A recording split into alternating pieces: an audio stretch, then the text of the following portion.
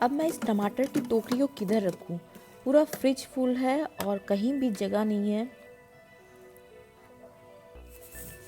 अब इस टमाटर को टोकरी के मैं कहाँ रखूं? कहीं फ्रिज में जगह नहीं है, ऊपर से ये छोटा फ्रिज। अगर आपको भी इस तरह की समस्या होती है अपनी डेली लाइफ में तो आप बिल्कुल सही जगह आए हैं। मैं आज आपको इस वीडियो में फ्रिज को ऑर्गेनाइज करना, फ्रिज को साफ करना, जो गंदे हो जाते हैं फ्रिज कुछ ही दिनों में, उसे साफ करने का तरीका बताऊंगी। साथ ही बताऊंगी कि आप अपने फ्रिज को किस तरह से अच्छी तरह से ऑर्गेनाइज कर सकते हैं ताकि आपको 6 महीना भी फ्रिज अगर आप छोड़ दें तो वो बिल्कुल परफेक्ट रहे। और इस वीडियो के लास्ट में मैं आपको एक फ्रिज से रिलेटेड बहुत ही बढ़िया टिप्स एंड ट्रिक्स बताऊंगी, तो इस वीडियो को लास्ट तक जरूर देखिएगा। और अगर आपको मेरे चैनल पर नए आए हैं तो जल्दी से सब्सक्राइब कर लीजिए प्रिया के पकवान को, ताकि आपको अच्छी अच्छी रेसिपीज और इस तरह के डेली लाइफ के हैक्स मिलते रहें। तो देखते हैं ये टमाटर इस फ्रिज में जो पूरी तरह से फुल है उसमें मैं ये कैसे फिट करूंगी। तो चलिए चलते हैं वीडियो में। तो जैसा कि आप देख सकते हैं कि फ्रिज बहुत ही ज़्यादा गंदा है, बहुत ज़्यादा इस पर दाग धब्बे हैं। साइड्स के डोर में ये जो काले धब्बे होते हैं वो फ्रिज को और गंदा कर देते हैं। तो आज हम जानेंगे कि फ्रिज को कैसे साफ करें। तो फ्रिज को साफ करने के लिए जो जो सामान है हमारे फ्रिज में, सारी चीज़ों को हम निकाल लेंगे।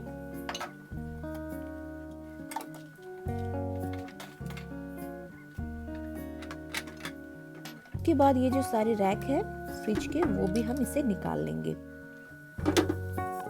साइड्स के दरवाजे में भी जो रैक होते हैं उसे भी हम सेम प्रोसेस से खोल लेंगे। बहुत आसानी से ये सारे रैक खुल जाते हैं। हम रैक सारे इसलिए खोल रहे हैं ताकि हम इसे डीप क्लीन कर सके। और इन सारे रैक को हम ले जाएंगे अपने किचन के सिंक में, डालेंगे थोड़ा सा डिश वॉश और एक स्क्रबर की हेल्प से हम सारे रैक को अच्छी तरह से साफ कर लेंगे। आगे पीछे दोनों तरफ साफ करेंगे और जो कोने में जगह होते हैं उसे हम वहाँ पर थोड़ा सा स्क्रब करेंगे जिससे जो काले काले धब्बे हो वो निकल जाए। अब हम टैप को ऑन करके इसे क्लीन कर लेंगे। देखिए कितना ज़्यादा साफ हो गया, आपको मेरा चेहरा दिख रहा होगा। तो बिल्कुल मिरर जैसा ये साफ हो गया है। तो इसे हम साइड रख देते हैं और सेम प्रोसेस से हम साइड्स के जो रैक होते हैं, मतलब डोर के जो रैक होते हैं, उन्हें भी हम साफ कर लेंगे। तो फ्रिज को हम क्लीन कैसे करें, तो मैंने यहाँ पर लिया एक बोल में मैं ले रही हूँ 1 चम्मच, बड़ा चम्मच बेकिंग सोडा, जिसे हम खाने वाला सोडा और मीठा सोडा भी कहते हैं। अब यहाँ पर लेंगे कोई सा भी डिश वॉशर, मैं यहाँ पर प्रिल यूज़ कर रही हूँ, आप विम या कोई भी आप जो यूज़ करते हो आप उसे ले सकते हैं। डालेंगे विनेगर डालने से बहुत ही ज़बरदस्त ये रिएक्शन होता है और किसी तरह की भी क्लीनिंग करने के लिए ये सॉल्यूशन परफेक्ट होता है। आप ले बेकिंग पाउडर, थोड़ा सा डिश वॉशर और विनेगर। तो ये रिएक्शन आप देख रहे हैं। तब एक स्क्रबर की हेल्प से जहाँ जहाँ भी हमें फ्रिज में काले धब्बे दिख रहे हैं, स्पेशली जो रैक के सेल्फ होते हैं वहाँ हमें ये धब्बे दिखते हैं, उन सारी जगहों पर हम ये सॉल्यूशन को लगा देंगे। डोर के जो साइड्स के एरिया होते हैं वहाँ भी हम इसे लगाएंगे और इसे लगाकर हम लगभग 10 मिनट के लिए इसे ऐसे ही छोड़ देंगे।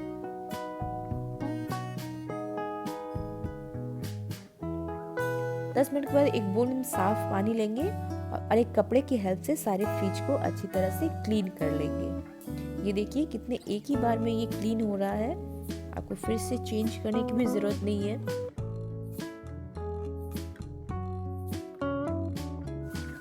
ये हो गया हमारा फ्रिज बहुत ही अच्छी तरह साफ, बिल्कुल डीप क्लीनिंग हमने की है।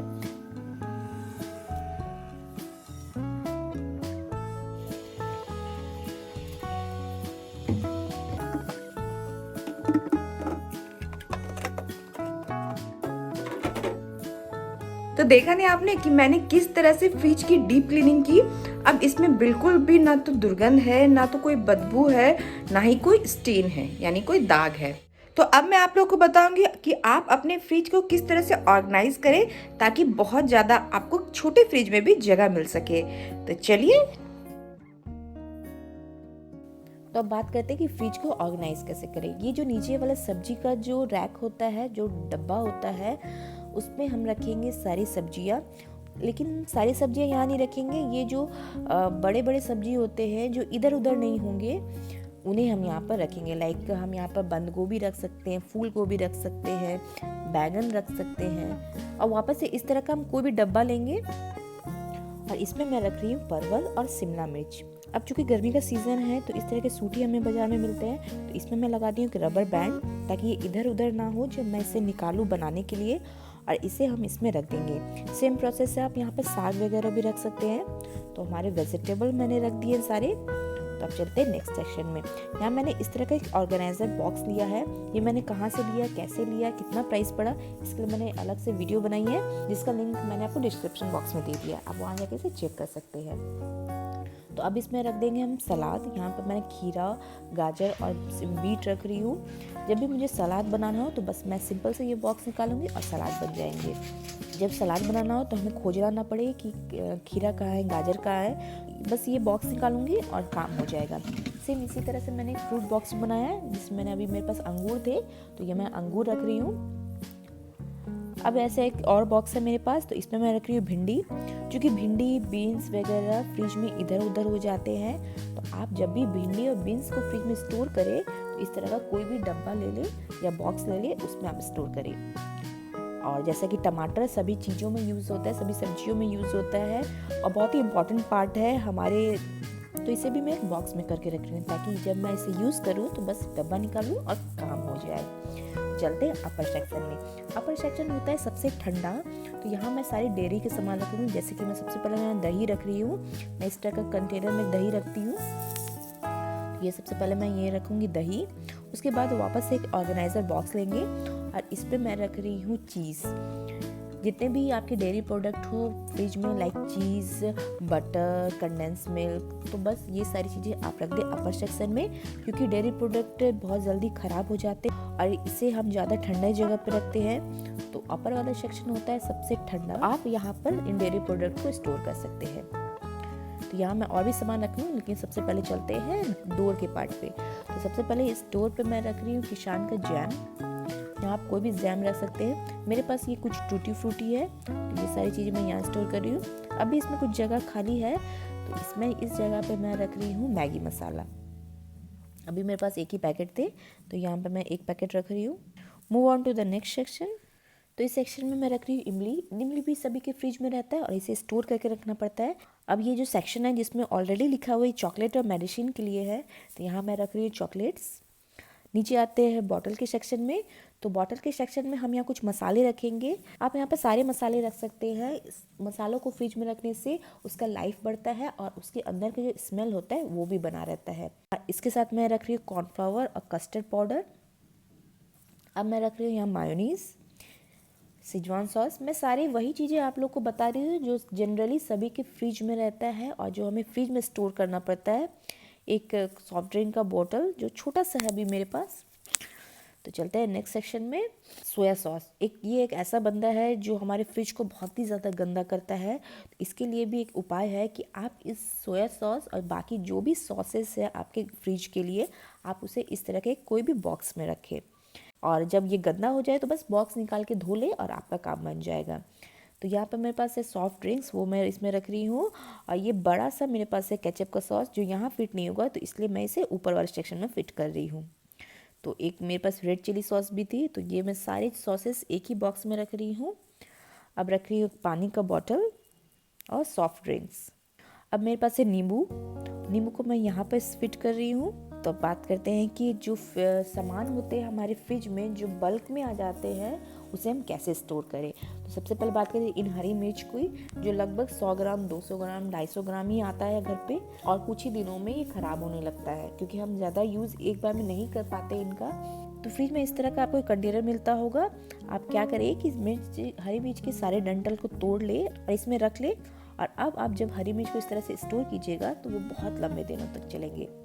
अब बात करते हैं धनिया पत्ती की, जो ये भी बल्क में आता है। कुछ ही दिनों में ये सड़ जाता है, गल जाता है, ख़राब हो जाता है या सूख जाता है। तो इसे कैसे हम बचाएं और लंबे दिनों तक इसका कैसे यूज़ करें। तो क्या करेंगे हम कि ये जो रूट सेक्शन है इसका, उसे हम काट के हटा लेंगे या फेंक देंगे।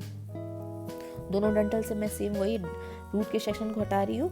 अब इन धनिया पत्ते को अच्छी तरह से धो के साफ कर लेंगे और इसे हम सुखा लेंगे। हम इसे धूप में नहीं सुखाना है, हम इसे पंखे के नीचे रख देंगे ताकि इसका जो पानी हो वो हट जाए। अब इस तरह कोई टिफिन बॉक्स लेंगे या ऐसा बॉक्स जिसमें कोई ढक्कन हो और इसमें सबसे नीचे वाले पार्ट में हम एक टिश्यू पेपर रख देंगे। मेरा टिश्यू पेपर थोड़ा सा बड़ा है तो मैं इसे फोल्ड करके रख रही हूँ। ये देखिए, इस तरह से टिश्यू पेपर रख देंगे सबसे नीचे और इसके ऊपर रख देंगे धनिया पत्ती और वापस से हम एक टिश्यू पेपर से इसे ढक देंगे। अब लगा देंगे इसका ढक्कन। जब आप इस तरह से धनिया पत्ती को स्टोर करके फ्रिज में रखिएगा तो मेरा यकीन मानिए आप 10 दिन तक अपने धनिया पत्ती को यूज कर सकते हैं और जब कभी भी आप इसका डब्बा खोलेंगे तो ये आपको फ्रेश नजर आएंगे। तो अब है मेरे पास केला भी हाफ डजन 1 दर्जन ऐसे ही आता है हमारे घर पे और ये जल्दी खराब भी हो जाता है। तो इसे बचाने का क्या उपाय है? तो इसे बचाने के लिए आप लीजिए एक एल्युमिनियम का फॉइल और इसे अपर वाले सेक्शन में, ये जो रूट सेक्शन है इसका, वहाँ इसे रैप कर दीजिए। ऐसा करने से केला हवा के कांटेक्ट में बिल्कुल नहीं आ पाएगा और केला आपका हमेशा रहेगा ताज़ा। लगभग 10 दिनों तक आप इसे आराम से यूज़ कर सकते हैं। तो ये सारी बातें हो गई हमारे वेजिस कैसे हम स्टोर रखें। चलिए अब हम देखते हैं ये सारे वेजिस को हम कैसे ऑर्गेनाइज करेंगे अपने फ्रिज में। तो लोअर पार्ट में मैं रख रही हूँ हरी मिर्च, मिडिल वाले सेक्शन में मैं रख रही हूँ धनिया पत्ती और अपर सेक्शन में मैं रख रही हूँ केला के साथ मैं रख रही हूँ इसमें दूध, जो हमेशा हम फ्रिज में ही रखते हैं। और अपर वाले सेक्शन में आप दूध के साथ छाछ वगैरह भी रख सकते हैं क्योंकि इसमें देखिए अभी भी जगह है। जैसा कि मैंने कहा कि ये मेरा छोटा फ्रिज है और लेकिन छोटे फ्रिज में भी मैंने बहुत सारे सामान अच्छी तरह से ऑर्गेनाइज करके रखा है। तो मैं बहुत ही खुश हूँ कि मेरी सारी चीज़ें अच्छी तरह से ऑर्गेनाइज हो गई है। तो अब बात करते हैं वो टिप की जो मैंने आप लोग को कहा था कि मैं लास्ट में दूंगी। अगर आपके फ्रिज से भी कुछ दिन में बदबू आने लगते हैं या अगर आप कहीं बाहर चल जाए और जब वापस आते हैं तो फ्रिज से बदबू आती है, तो उससे बचने का एक उपाय है। इसके लिए आप पेपर को आप इस तरह से गोल फोल्ड कर ले और इसके ऊपर स्प्रिंकल कर दे थोड़ा सा पानी। आपको पेपर को पूरी तरह से गीला नहीं करना है, हल्का सा ही हम इसे गीला करेंगे और इस पेपर को हम रख देंगे अपने फ्रिज में। इस ट्रिक को फॉलो करने से आपके फ्रिज के जो भी बदबू, दुर्गंध या स्मेल है वो सारे दूर हो जाएंगे। और इस पेपर को आपको रखना है अपने फ्रिज में रात भर के लिए।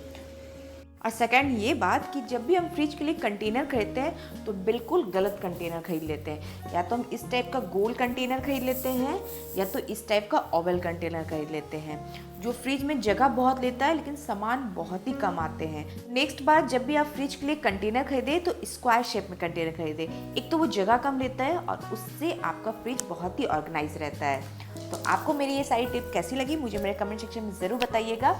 मैं फिर से आऊँगी कुछ इसी तरह की चीज़ों के साथ। तब तक के लिए बाय बाय।